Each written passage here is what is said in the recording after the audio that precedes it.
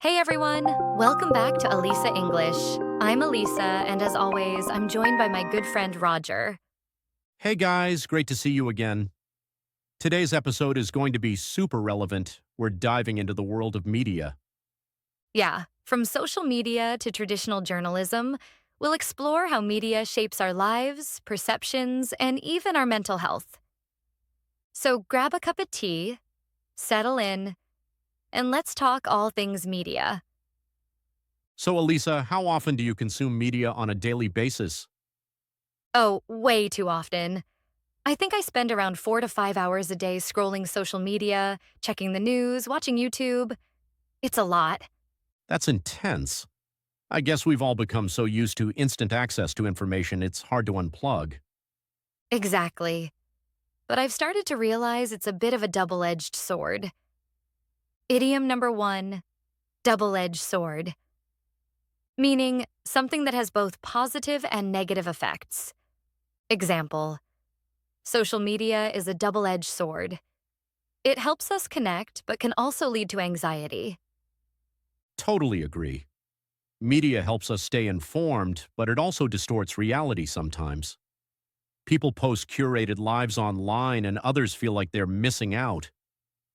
Yes, that creates a lot of unrealistic expectations, especially among young people.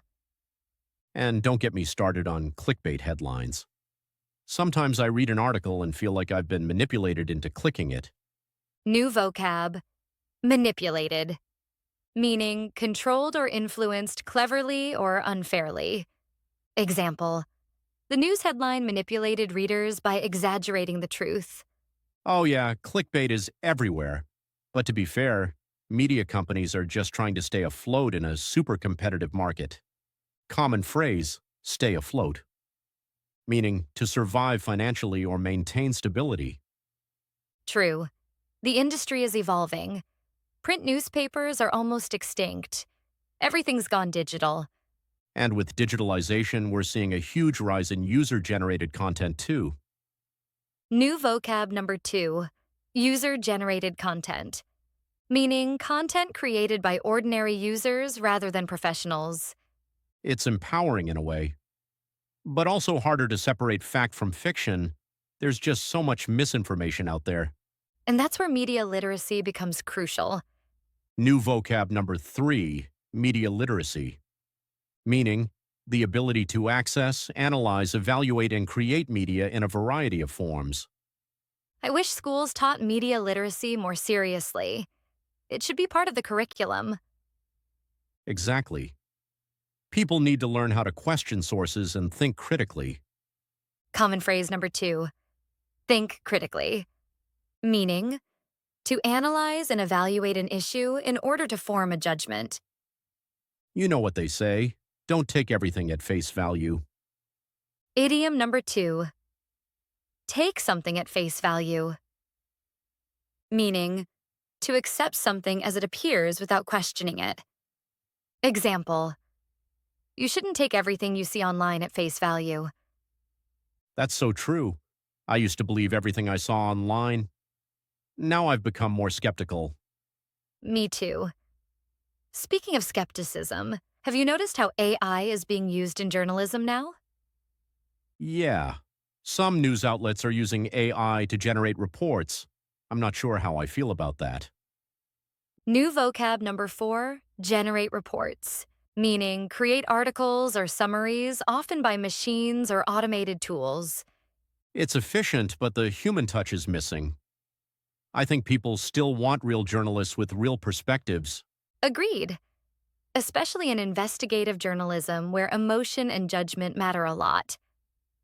Common phrase number three, human touch, meaning the emotional or thoughtful aspect added by a person, not a machine.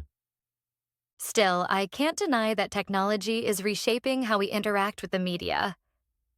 Common phrase number four, reshape something, meaning to change or influence something significantly.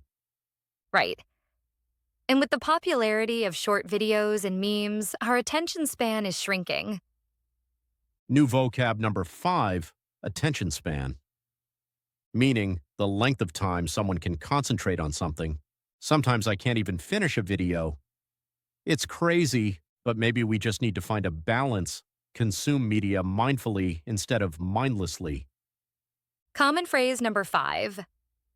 Consume media mindfully, meaning to be aware and intentional about the kind of media you engage with. All right, let's wrap things up by looking at 5 new vocabulary words from today's conversation. We'll explain what they mean and show you how to use them in real-life situations. So get ready to boost your vocabulary. Here we go. Manipulated, controlled unfairly. User-generated content. Content created by everyday users. Media literacy, understanding how to evaluate media. Generate reports. Create written content, automated or manual. Attention span, how long you can focus. Now let's take a closer look at some of the common phrases we used in today's conversation. These are expressions that native speakers use all the time, and they'll really help you sound more fluent and natural.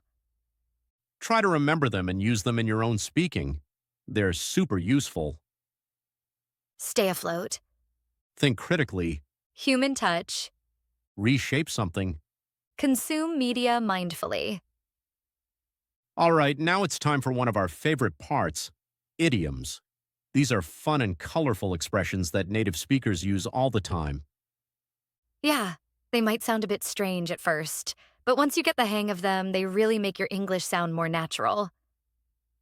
Let's take a look at 2 idioms we used in today's conversation and learn how to use them in real life. Double-edged sword, something with both good and bad effects.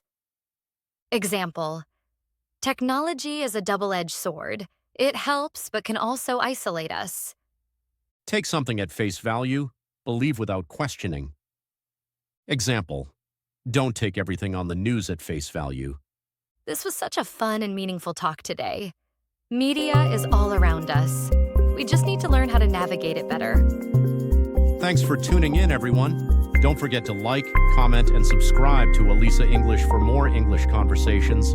See you in the next episode.